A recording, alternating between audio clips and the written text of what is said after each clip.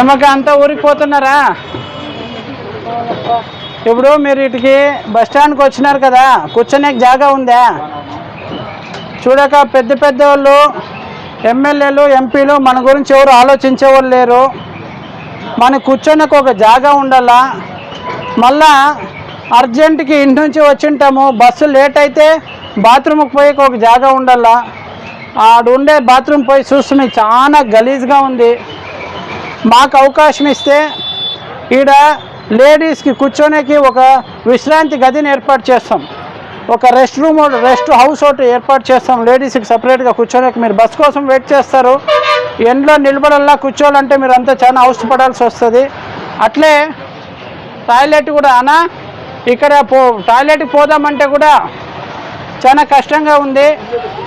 టాయిలెట్కి పోదామంటే కూడా చాలా కష్టంగా ఉంది. టాయిలెట్లు కూడా ఏర్పాటు చేస్తాము. ఇప్పుడు ఉండే టాయిలెట్ చాలా గలీజ్గా ఉంది. నేను లోపలికి పోయినాను, నాకే వామిట్ వస్తూ ఉంది. ఏమన్నా బాత్రూమ్కి ఎవరైనా పోయినారా? ఇక్కడ ఉండే బాత్రూమ్కి ఎవరైనా పోయినారా? లోపలికి పోయినాను, ఆ స్మెల్కి వామిటింగ్ వస్తూ ఉంది, అంత గలీజ్గా ఉంది. ఇవన్నీ మేము ఏర్పాటు చేస్తాము. కొత్త శౌచాలయం ఏర్పాటు చేస్తాము, కొత్త అందరూ కూర్చోవడానికి రెస్ట్ హౌస్ ఒకటి ఏర్పాటు చేస్తాము. అవకాశం ఇవ్వండి. రైతు గుర్తు కోటేయండి అన్నా. ఏమన్నా భయ్యా రైతు గుర్తు కోటేయండి. ఏమన్నా రైతు గుర్తు కోటేయాలక అక్క, రైతు గుర్తక మంది రైతు గుర్తు. మీ గురించి ఆలోచించేది నేనేక. నేను లోకల్లోని ఎమ్మెల్యేకి పోటీ చేస్తున్నాను. సీరియల్ నెంబర్ 5 అక్క. ఎమ్మెల్యే బ్యాలెట్లో సీరియల్ నెంబర్ 5 కోటేయనక. వస్తామక్క. ఈరోజు ఉదయాన్నే మేము రాయదుర్గం పట్టణంలో ఉన్న జూనియర్ కళాశాల గ్రౌండ్కి వెళ్ళాము. జూనియర్ కళాశాల గ్రౌండ్ తప్పితే వేరే ఒక పెద్ద ప్లేస్ ఎక్కడా లేదు. మన రాయదుర్గం ప్రజలు వాకింగ్కి వెళ్ళాలన్నా, చిన్నపిల్లలు ఆటలాడే మైదానమైనా అది మల్టీపర్పస్ యూజ్ అవుతుంది జూనియర్ కాలేజు. కనీసం ఆ జూనియర్ కాలేజ్ గ్రౌండ్ దగ్గర ఒక్క మరుగుదొడ్లు కూడా లేదని చెప్పి ప్రజలు కంప్లైంట్ చేయడం కూడా జరిగింది. 77 సంవత్సరాలుగా మనకి స్వతంత్రం వచ్చింది. 77 సంవత్సరాలైనా ఇలాంటి చిన్న చిన్న అవసరాలు కూడా, ప్రజా అవసరాలు కూడా తీర్చలేని ప్రభుత్వాలు మనకి ఇన్ని రోజులు ఉన్నాయి. గుర్తుపెట్టుకోండి. మేమైతే అలాగే అక్కడ వాకింగ్ చేసేవాళ్ళు అలసిపోయి నీళ్లు తాగాలంటే కూడా నీళ్ళ సౌకర్యం కూడా లేదు. కాబట్టి వాళ్ళకి ఒకటి రక్షిత మంచినీటి సరఫరా అక్కడే పక్కనే ఉండే మోడల్ స్కూల్లో ఏమైతే తాగునీరు ఉందో ఆ తాగునీరు ఒక వాటర్ ట్యాప్ ఒకటి బయటికి పెడితే అక్కడ ఉండే వాళ్ళకి రక్షిత మంచినీటి సరఫరా ఇచ్చేకి అవకాశం దొరుకుతుంది. కాబట్టి రాయదుర్గం జూనియర్ కాలేజ్ గ్రౌండ్ ఏమైతే ఉందో, మోడల్ స్కూల్ గ్రౌండ్ ఏమైతే ఉందో ఆ గ్రౌండ్లో ఒక టాయిలెట్ ఏర్పాటు చేస్తాం, లేడీస్కి సపరేట్గా, జెంట్స్కి సపరేట్గా. ఎప్పుడైనా ఎవరైనా వాకింగ్ పోయినా అక్కడ రకరకాల మీటింగ్స్ జరుగుతున్నాయి, అవి సౌలభ్యంగా ఉంటాయి. అలాగే రక్షిత మంచినీటి సరఫరా కూడా ఏర్పాటు చేస్తాము. మళ్ళీ ఇప్పుడు ఇక్కడ బస్ స్టాండ్లో ప్రచారం చేసినప్పుడు మా దృష్టికి వచ్చింది. అక్కడ వెళ్ళి టాయిలెట్ మేము చూసినాము.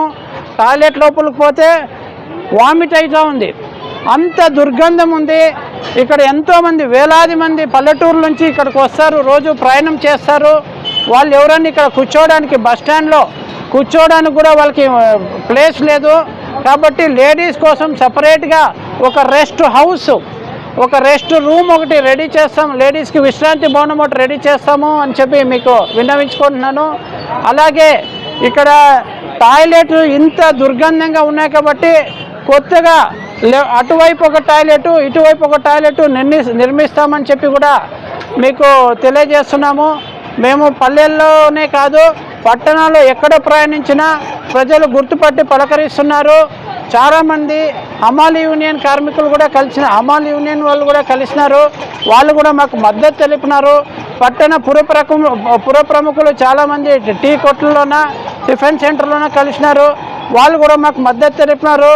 చిన్న చిన్న విషయాలు ఏమైతే బస్టాండ్లో టాయిలెట్ల విషయాలు కానీ, అలాగే బస్టాండ్లో ఒక విశ్రాంతి భవనం విషయం కానీ, అలాగే చెత్త బస్టాండ్లో ఇక్కడ కూడా చూడవచ్చు మనము. ఇక్కడ కూడా చూడండి చెత్త ఎట్లా పడేసినారో. ఇంత చెత్త ఇప్పుడు ఈరోజు ఉదయం 10 గంటలు అయింది. ఇప్పుడు ఇంత చెత్త ఇక్కడ పడి ఉంది. బస్ స్టాండ్ ఎంట్రన్స్లో ఇంత చెత్త పడి ఉంది అంటే మున్సిపాలిటీ అధికారులు ఏం చేస్తున్నారని నేను క్వశ్చన్ చేస్తున్నాను. ఇలాగే వెనకాల వైపు కూడా ఇట్లా ఉంది, ఇదంతా చెత్త పడింది. మనం ఏమన్నా ఇది చెత్త రాయదుర్గమా? ఇది చెత్త రాయదుర్గంలాగా దీన్ని తయారు చేస్తున్నారు. కాబట్టి నేను పరిశుద్ధ రాయదుర్గంగా దీన్ని తీర్చిదిద్దుతానని చెప్పి అందరికీ మాటిస్తున్నాను. ఇలాంటివి నేను పట్టణంలో చాలా చోట్ల చూసినాను. అలాగే లోపల కూరగాయల మార్కెట్లో కూడా చాలా దుర్గంధంగా ఉంది, దాని మెయింటెనెన్స్ కూడా బాగలేదు. వీటన్నిటిని బాగుపరుచుకోవాలంటే కొత్త పార్టీ అయినా లోకల్ లీడర్ అయినా నాకు అవకాశం ఇవ్వండి, నేను వీటన్నిటిని బాగుపరుస్తాను. అలాగే కొన్ని చోట్ల వీధి లైట్లు కూడా పనిచేయట్లేదని చెప్పి ప్రజలు నాకు కంప్లైంట్ చేయడం జరిగింది. వీధి లైట్లు కూడా ఇవ్వలేని పరిస్థితుల్లో మన ప్రభుత్వాలు ఉన్నాయంటే చాలా హృదయ విదారకమైన విషయము, చాలా ఆవేదన కలిగించే విషయం ఇది. ఇలాంటి చెత్త రాయదుర్గంగా కాకుండా చిత్తశుద్ధితో పరిశుద్ధ రాయదుర్గాన్ని తయారు చేసేకి నాకు అవకాశం ఇవ్వమని చెప్పి రాయదుర్గం ప్రజలకు నేను వేడుకుంటున్నాను. Thanks to one and all for watching this video. చెరుకు రైతు గుర్తుకు ఓటేసి మిమ్మల్ని మీరు గెలిపించుకోండి, మీకు మీరు నాకు సేవ చేసుకునే అవకాశం ఇవ్వండి అని చెప్పి రాయదుర్గం పుర ప్రజలందరినీ పేరు పేరున విన్నవించుకుంటున్నాను. ఎమ్మెల్యేకి నిలబడినాను, నాకు పల్లెపల్లి నాది, రైతు గుర్తు పోటీలవా సరేనా? చేస్తున్నావా? సీరియల్ నెంబర్ 5 సరేనా? इतना गंदा लगता है क्या टॉयलेट को? टॉयलेट डेली साफ होता है। डेली साफ होता है, ठीक है। वो एक पाइप भी रेडी नहीं किया? ये पाइप ऐसा ही है, पाइप ऐसा ही है तो शुरू से ऐसा ही है तो पूछना है ना, तुम साल में 4 लाख किसको दे रहा है? टेंडर होता है, मेरा ओनर देता है। आपका ओनर का नाम क्या है? अमन झा। क्या है? अमन झा। ఇప్పుడు మనము రాయదుర్గం పాత బస్ స్టాండ్లో ఉన్నాము. ఇక్కడ పురుషుల మరుగుదొడ్డి లోపలికి పోతే నాకే తట్టుకునే కావలేదు, వామిటింగ్ వచ్చేసింది. అసలు ఇంత అసహ్యంగా ఉన్నాయి, ప్రభుత్వాలు ఏం చేస్తున్నాయని నేను క్వశ్చన్ చేస్తున్నాను. చూడండి ఇక్కడ ఏం రాసినారు, చిత్తశుద్ధికై చిత్తశుద్ధితో మనం అందరం కదులుదాం. యాడుంది చిత్తశుద్ధి? చిత్తశుద్ధి యాడుంది? Thanks for watching this video. ఈ వీడియో మీకు నచ్చినట్లయితే లైక్ చేయండి, షేర్ చేయండి, సబ్స్క్రైబ్ చేసుకోండి. మన రాయదుర్గం ఆర్డీజీ న్యూస్. మా లేటెస్ట్ న్యూస్ అప్డేట్స్ కోసం నోటిఫికేషన్లు రావడానికి బెల్ బటన్ని యాక్టివేషన్ చేసుకోండి.